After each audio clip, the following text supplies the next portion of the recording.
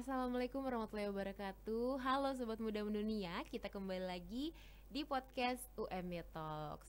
Tentunya kita akan berbincang-bincang seputar Universitas Muhammadiyah Yogyakarta untuk mengetahui apa aja sih yang ada di Universitas Muhammadiyah Yogyakarta.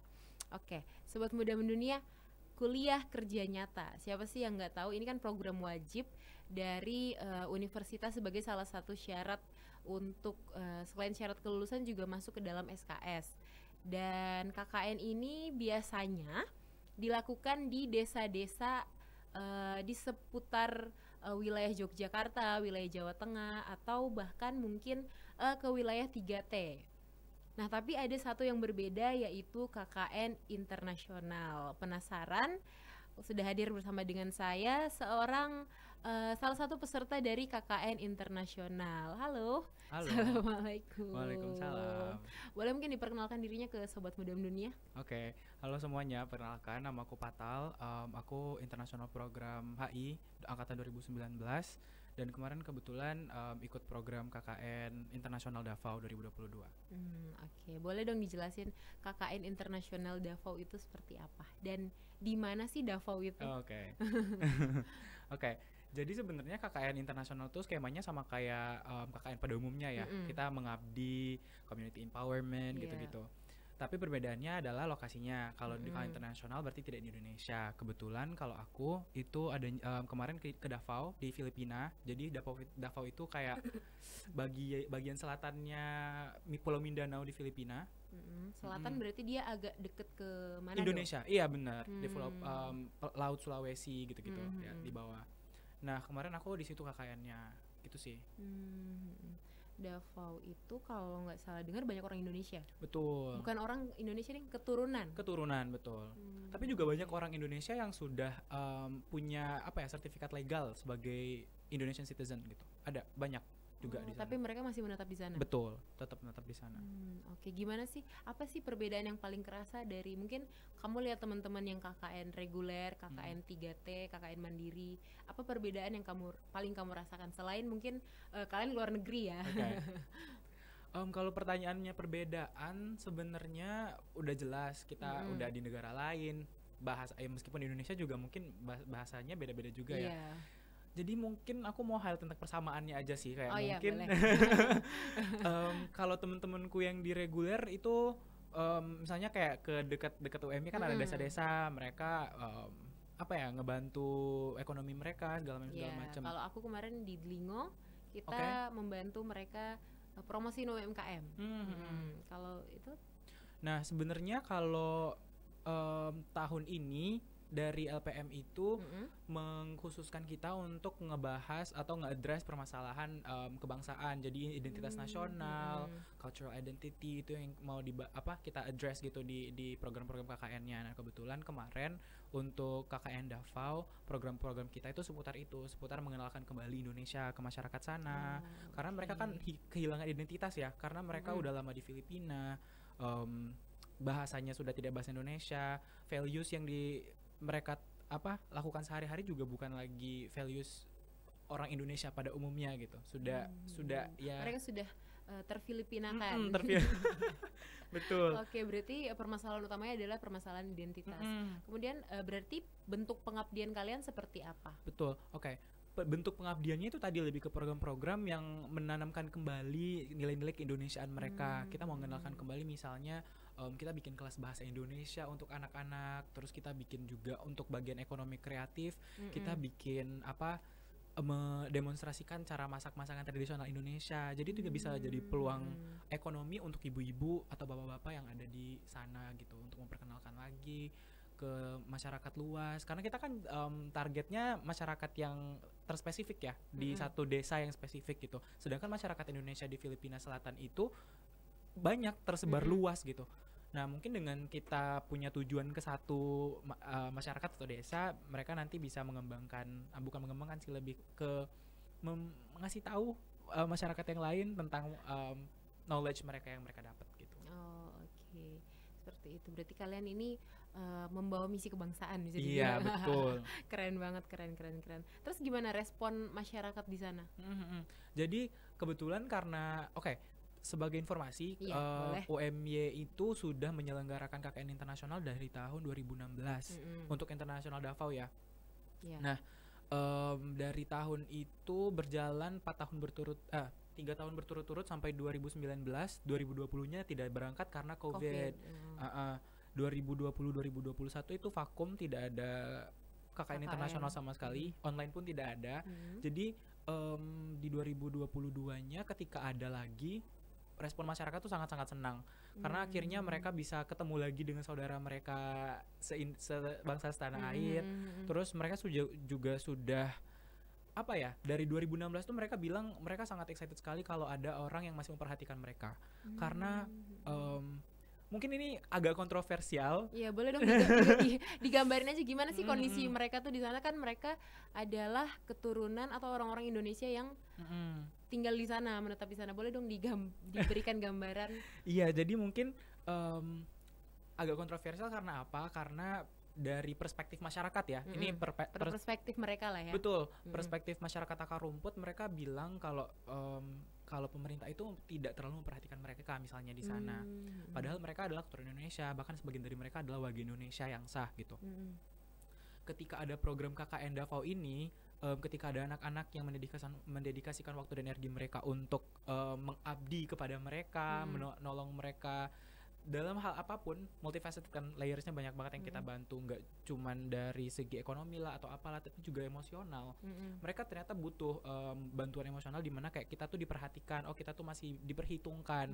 Dengan adanya anak-anak KKN datang, itu mereka merasa terapresiasi gitu, oh kita tuh masih diperhitungkan sebagai warga Indonesia. Dan hal yang kayak gitu sih sebenarnya yang bener-bener apa ya, jadi respon mereka tuh bener-bener seneng gitu kalau anak-anak KKN tuh datang lagi. Mungkin kayak perasaan mereka mungkin seperti dikunjungin keluarga kali betul, ya. Betul.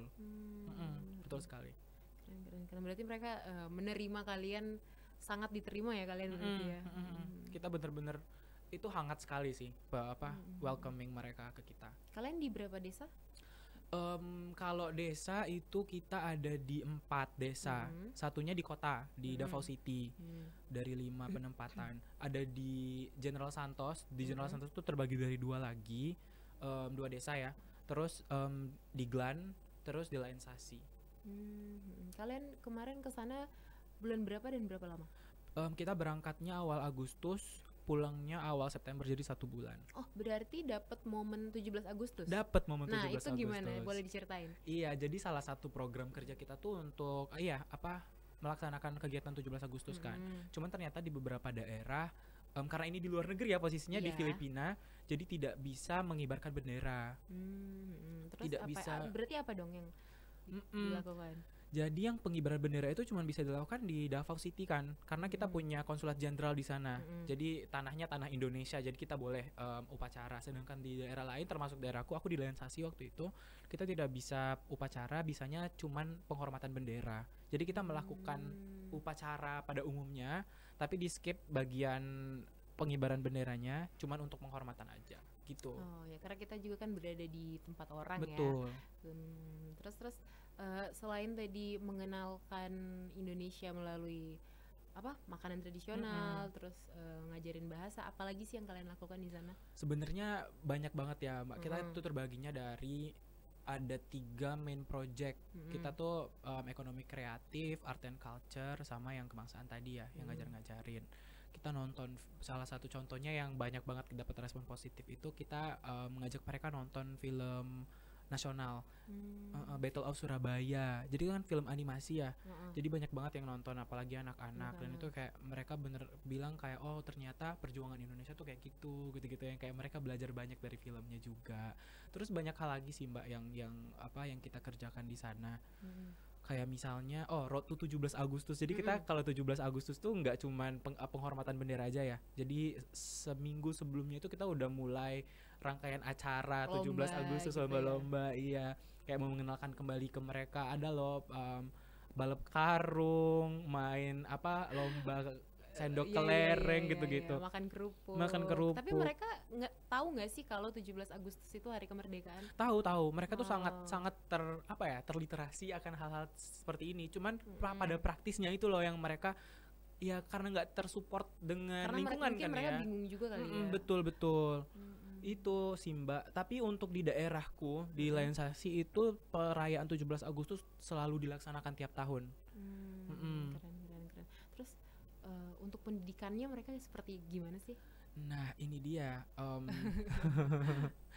Oke, jadi kan kalau anak-anak keturunan Indonesia di sana, Indonesia kan kalau sepengetahuan aku ada sekolah khusus biasanya. betul, iya. Kalau di desa-desa itu gimana? Nah iya, jadi di KJRI itu ada yang namanya Sekolah Indonesia Davao.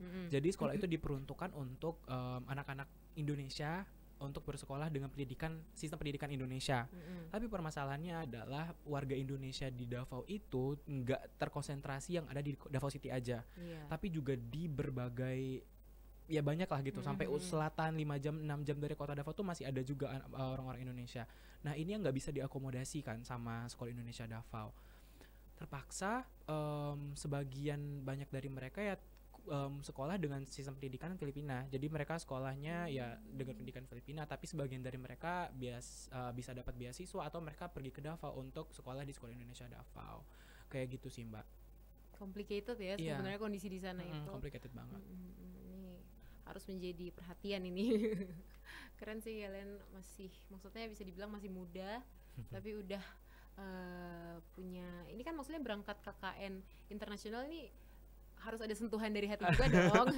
Betul. Kalau enggak kan pasti kayak ngapain sih cuman untuk ini.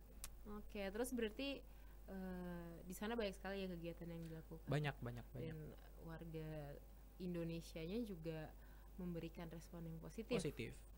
Alhamdulillah.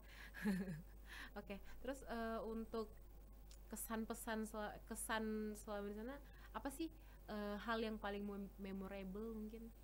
Hal yang sebenarnya kalau secara general udah saya bilang sebelumnya, yang kayak ketika kita lakuin proker, kita ya berinteraksi dengan mereka, terus respon mereka tuh bener-bener yang senang, mereka merasa ya tadi terapresiasi, mereka tuh merasa diperhatikan, dan menurutku itu bener-bener sesuatu, nggak tahu sih, menurutku itu rewardnya gede banget di diriku sendiri. Aku yang sebelumnya nggak terlalu masyarakat banget orientasinya, terus kayak pas kesana jadi merasa wah ternyata orang-orang seperti ini tuh juga ya butuh. Iya kayak gitu. Apalagi aku pernah punya satu conversation lah, punya satu pembicaraan lah sama anak-anak, dia anak SMA gitu lah ya, di KKN-ku. Terus dia bilang sebenarnya ya Kak, cita-citaku dalam hidup tuh cuma satu, bisa terbang naik pesawat ke Jakarta gitu, dia bilang. Yang kayak secara spesifik ke Jakarta. Itu adalah dia bilang kayak itu mimpi terbesar aku Kak, kata dia. Jadi ya gitu, kayak kalau untuk kita mungkin sederhana. Iya, itu sederhana banget. Tapi itu adalah mimpi yang besar buat Betul. Kayak kita mimpi besarnya mau ke sini lah, mau ke sana, mau jadi ini, mau jadi itu. Kayak mereka tuh sesimpel ya naik pesawat ke Jakarta gitu. Itu bener-bener yang wah nangis sih. Tapi kamu tahu nggak sejarah awal mereka bisa ada di sana? Iya. Jadi sejarah awalnya itu 1800-an. Itu lama banget itu. Lama banget. Jadi emang timelinenya dari zaman dulu banget sampai sekarang. Cuman kalau dari dulu banget itu 1800-an kalau nggak salah, ya orang-orang exchange kayak mereka punya komunitas ini terus mau berdagang gitu. Intinya awalnya itu adalah perdagangan. Terus ujung-ujungnya banyak yang menetap karena perdagangannya maju. Iya, jadi kan ada yang menetap di Filipina, orang Indonesia, ada orang Filipina yang menetap di Indonesia gitu kan. Hotspotnya itu kalau di Filipina kebetulan di daerahku itu di daerah Lionsasi, terus Balut Island gitu-gitu, di Sarangani Province. Tapi di Indonesia itu kayak misalnya di Marore Island, Pulau Marore di Sulawesi Utara, mungkin Manado juga, itu juga salah satu tempat pusat perdagangannya dulu. Nah, makin kesini populasinya banyak tuh orang-orangnya. Terus di 1970-an itu udah mulai banyak usaha-usaha pemerintah untuk mengembalikan lagi, bukan mengembalikan, mendata lah ibaratnya ya. Ada berapa banyak orang-orang Indonesia yang ada di Filipina, terus begitu pula sebaliknya berapa orang Filipina di Indonesia segala macam.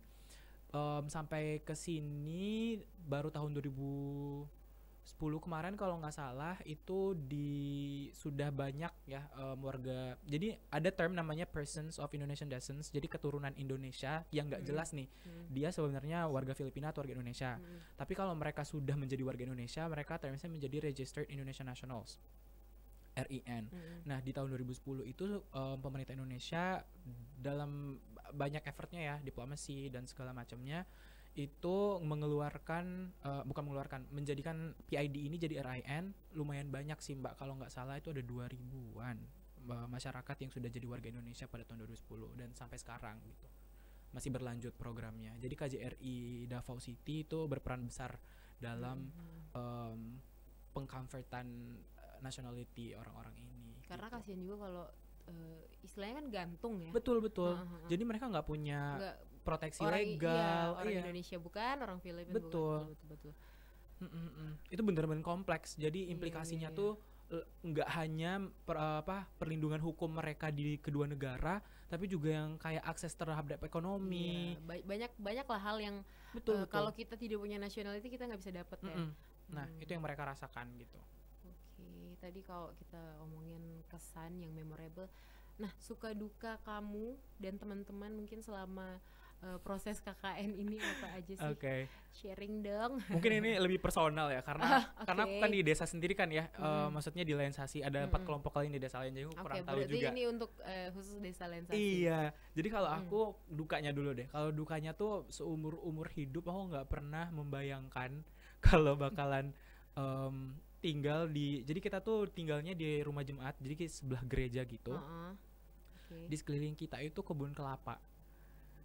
Dan rumah jemaatnya itu tuh cuman ada satu kayak rumah kecil yang cuman dilapisin dengan triplex. Bukan triplex malah Mbak. Apa sih itu? Kayak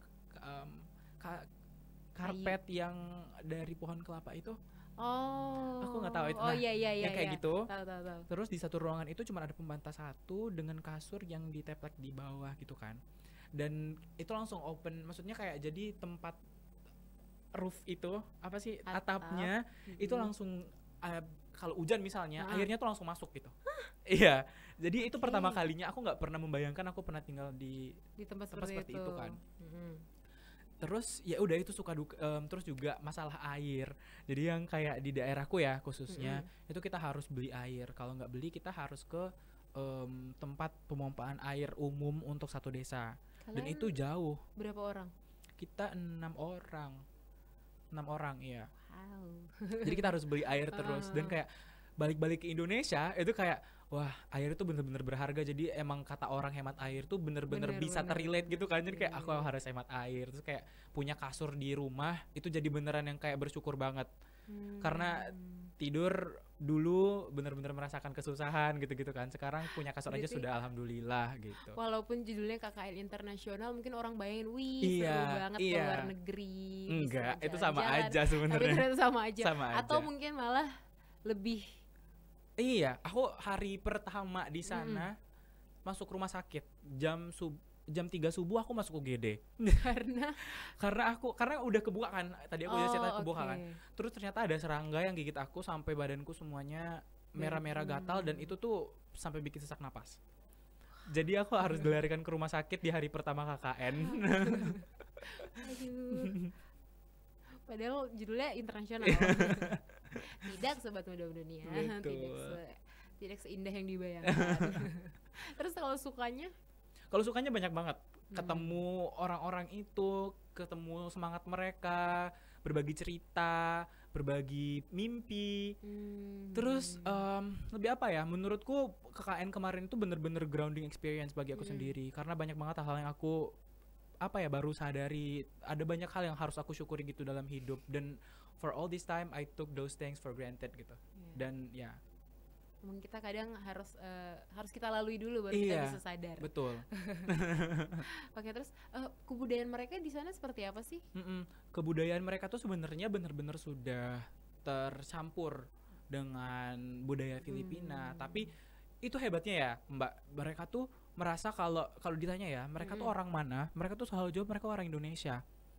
mereka punya besar gitu sense of belongingnya ke Indonesia tuh yang kayak oh ya kita orang Indonesia, kita warga Indonesia, nanti kita mau ke Indonesia dan balik ke Indonesia gitu, without knowing gimana cara baliknya atau gimana cara kesananya, itu kayak mereka nggak tahu, tapi mereka somehow some way bilang kayak mereka orang Indonesia, mereka bakal balik ke sana. Mereka bangga banget ya iya. menjadi orang Indonesia. Nah ini speechless aku. Iya.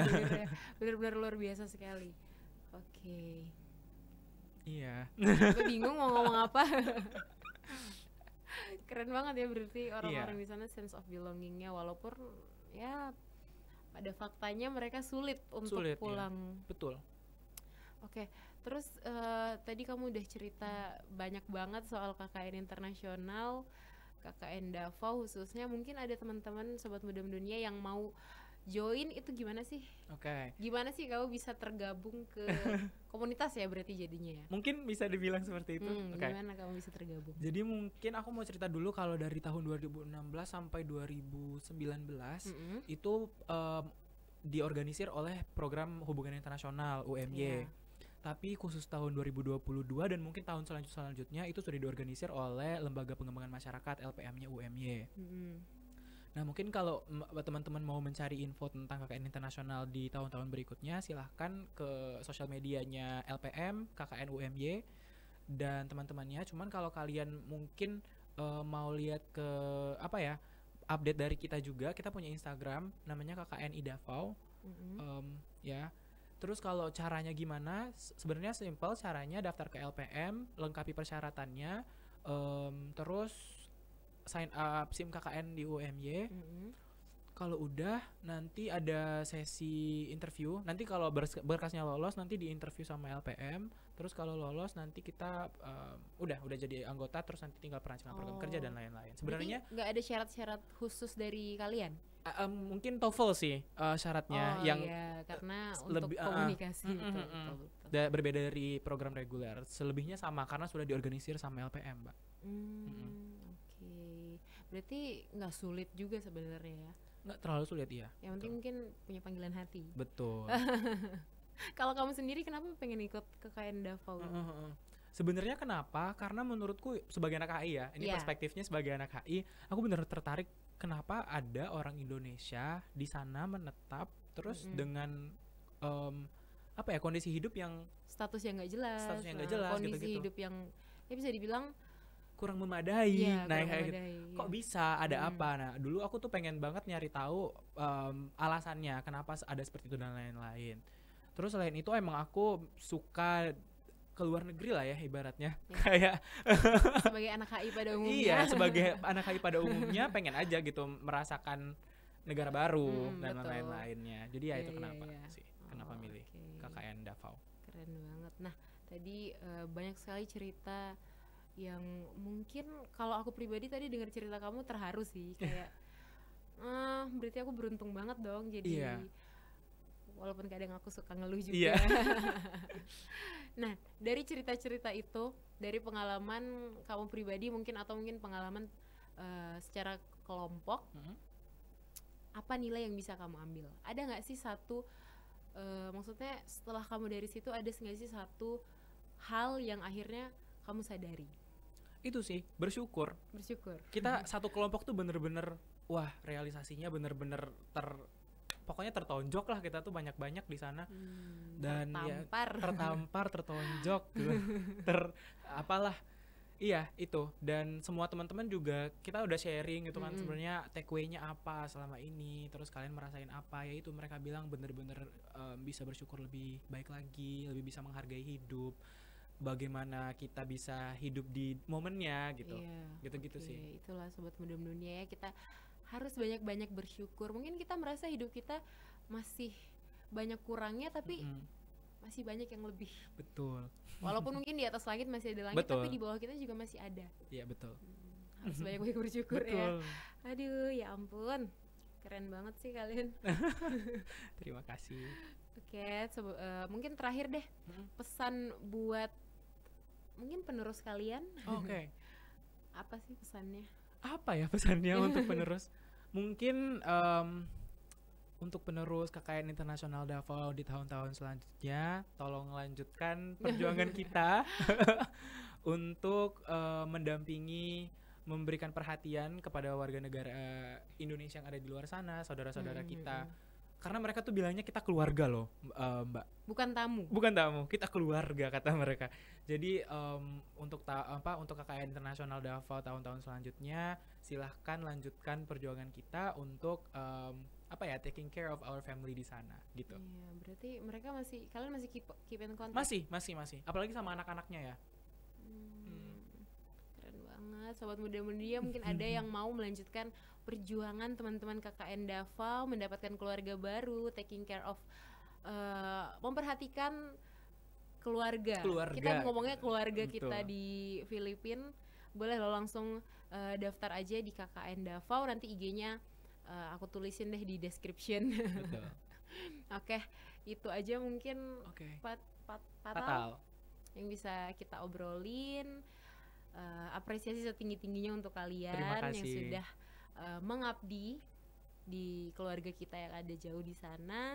Sobat Muda Mendunia, terima kasih sudah menyaksikan podcast episode kali ini. Semoga apa yang kita obrolkan hari ini bisa memberikan sebuah manfaat untuk Sobat Muda Mendunia. Wabillahi taufiq wal hidayah. Wassalamualaikum warahmatullahi wabarakatuh. Sampai jumpa di UMY Talks episode selanjutnya. Dadah.